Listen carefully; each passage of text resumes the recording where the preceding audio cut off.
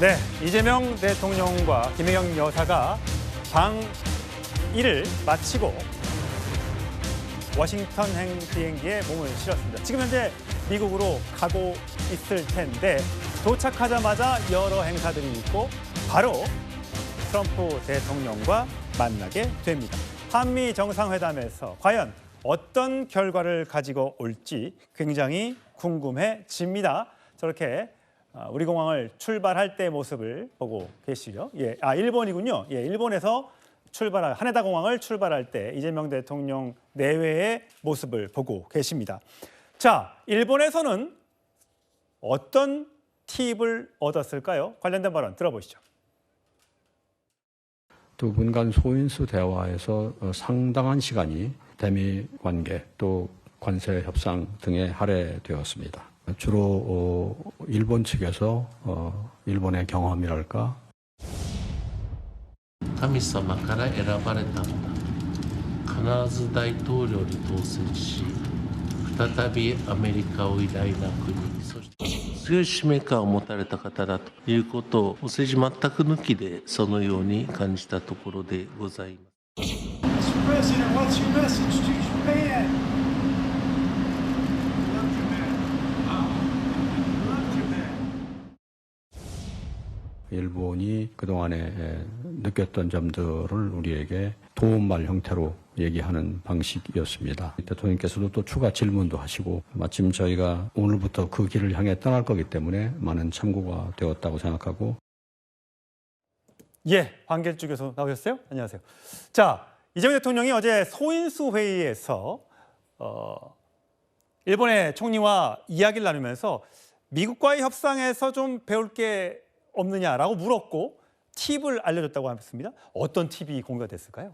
그 팁을 상징적인 의미와 실체적인 의미 두 가지로 구분해야 될 것 같습니다. 실체적인 의미는 먼저 이시바 총리가 지난 이제 화면에서 보셨듯이 2월에 굉장히 트럼프 2기 행정부 초반에 정상회담을 가졌죠. 거기에서 그 정상회담의 결과가 사실은 굉장히 좋은 평가가 있었어요. 트럼프 대통령 많이 띄워주기도 했고, 그다음에 투구도 선물해주고 막 그랬지 그렇죠. 않습니까? 그러기도 했고, 그다음에 투자도 해서 결국은 생각했던 것보다 굉장히 선방을 잘했고, 그런데 거기서 끝난 게 아니고 이시바 총리가 고전을 또 겪었죠. 나중에 추가적으로 계속 요구를 하면서.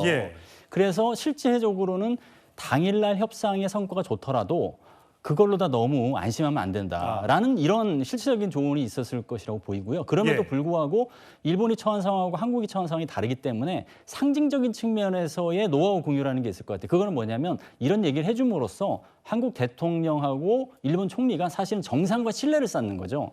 그 자체 실체적인 것도 있지만 이런 얘기를 해줄 정도로 이제 두 정상 간 신뢰를 쌓는 단계로 이제 가고 있다. 그 두 가지를 나눠서 살펴봐야 될 것 같습니다. 아까 이시바 총리 앞에서 We love Japan 막 이랬잖아요. 그럼 우리 이재명 대통령도 갔을 때 We love Korea, 뭐 이재명, 미스터 리 이렇게 얘기를 들을 수 있을까요?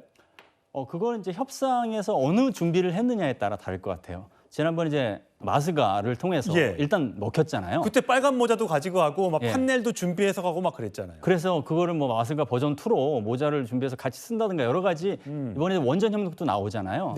그래서 그런 것을 듣고 현장에서 얼마나 트럼프 대통령이 만족하느냐에 따라서 즉흥적인 발언이 나올 가능성도 충분히 있고요. 이번에 준비가 그 정도까지 준비를 잘 했을 것이라고 기대됩니다. 잘했으면 정말 좋겠습니다. 하지만 상황이 녹록치는 않은 것 같아요. 왜냐하면 우리 국가안보실 정책실장, 게다가 강훈식 비서실장까지 오늘 미국행에 몸을 실었습니다. 3실장이 전부 대통령과 함께 가는 건 굉장히 이례적인데요. 화면으로 만나보시죠. 한 사람이라도 더 만나고 한마디라도 더 설득할 수 있다면 당연히 가야 된다고 생각합니다. 잘 다녀오겠습니다.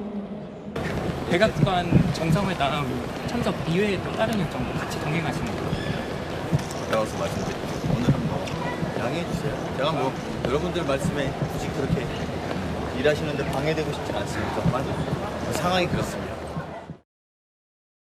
박 교수님, 보통 정상회담이라고 하면 밑에서 다 실무 협상이 끝나고 가서 도장 찍으러 사인하러 가는 경우가 많은데 지금 3실장이 저렇게 급파했다는 거, 특히 강훈식 비서실장이 오늘 비행기에 몸을 실었고 지난번에 조현 외교부 장관은 직항도 없어가지고 애틀란타를 경유하는 비행기를 타고 미국에 날아갔지 않습니까? 그것만 보더라도 뭔가 상황이 긴급하게 긴박하게 돌아가고 있고 우리가 원하는 대로 방향으로 잘 가고 있지 않은 것 아니야라는 해석이 나오던데 그건 어떻습니까? 저는 이렇게 봐야 될 것 같아요. 트럼프 2기 행정부의 대외 정책, 대외 담판의 특징은 그 대상 국가가 누구라 하더라도 돌발 변수를 이용하고 현장에서 상대방에 대한 레버지를 높이기 위해서 어떻게든 강한 주문을 한다. 그리고 그 패를 쉽게 노출하지 않는다. 그렇기 때문에 막판까지 어느 나라든 간에 똑같이 쉽지 않았던 것 같아요. 그리고 그 특징 중에 이제 한 3가지로 설명해 볼 수 있을 것 같은데 트럼프 자신이 탑다운식을 이제 원합니다. 말씀하신 대로 그냥 그 버텀업이라고 해서 다 준비 상태에서 이제 서명만 하는 게 표준 공식이라고 하면 그 공식을 거부하는 것이죠. 두 번째는 어쨌거나 지금 돌발 변수를 최대한 활용해서 그 카드를 꺼내므로써 못 받은 것을 마지막에 챙기겠다는 것. 그리고 협상의 특징이 한 번으로 끝나지 않고 계속 협상이 이어진다는 것. 그런 상황에서 현장에서 빨리 시시각각 변하는 것을 챙기지 않으면 예.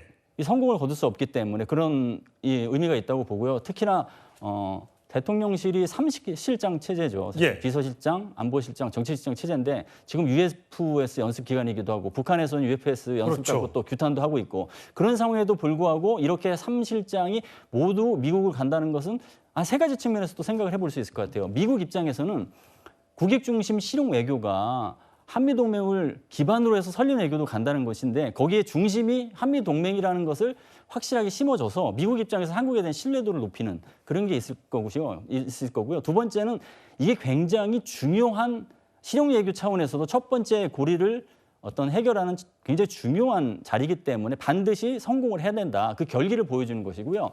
마지막으로 3번째는 그렇기 때문에 총력전이다. 그래서 총력전을 확실하게 현시하는 측면이 있다고 봅니다. 예. 혹시 트럼프 대통령이 양안 문제에 대해서 대한민국의 입장은 무엇입니까? 또는 실용 외교라고 했는데 셰시의 외교라고 했었는데 거기에 대한 정말 이 대통령의 입장을 좀 듣고 싶습니다.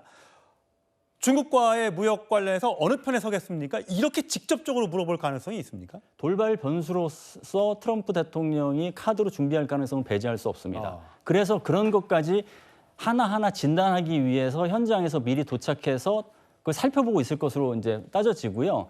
지금 국익 중심 실용 외교를 가동시키는 국민 주권 정부에서는 사실은 한미 동맹이 중요하고 그 한미 동맹을 위해서 설린 외교를 포기할 수 없는 그래서 이 2가지를 같이 가야 되는 그 외교 숙제를 풀어야 되는 상황이기 때문에 거기에 대한 답변을 준비하고 있을 것으로 생각이 돼요. 대중국 견제에 대해서 직접적으로 공동 합의문에 넣을 것이냐 말 것이냐 요구하면 그게 넣는 방안이 있을 거고 두 예. 번째는 그렇게 국가를 특정하지 않고 현상 변경 시도를 반대한다 수준에서 이번에 이제 우리나라가 유엔 안보리 의장국이기도 하잖아요. 예. 그래서 국제 질서 차원에서 그다음에 유엔에서 갖고 가는 규칙 기반 질서 차원에서 그 어떤 전반적인 포괄적인 원칙을 제시하는 게 있을 거고 마지막은 위협보다 역할을 얘기하는 게 있을 것 같아요. 그래서 3가지 정도의 선택지가 있기 때문에 예. 그 선택지를 갖고 대응 시나리오를 준비하고 있을 것으로 생각됩니다. 지금 걱정되는 거는 지난번 이제 일본이 이시바 총리가 그렇게 극진하게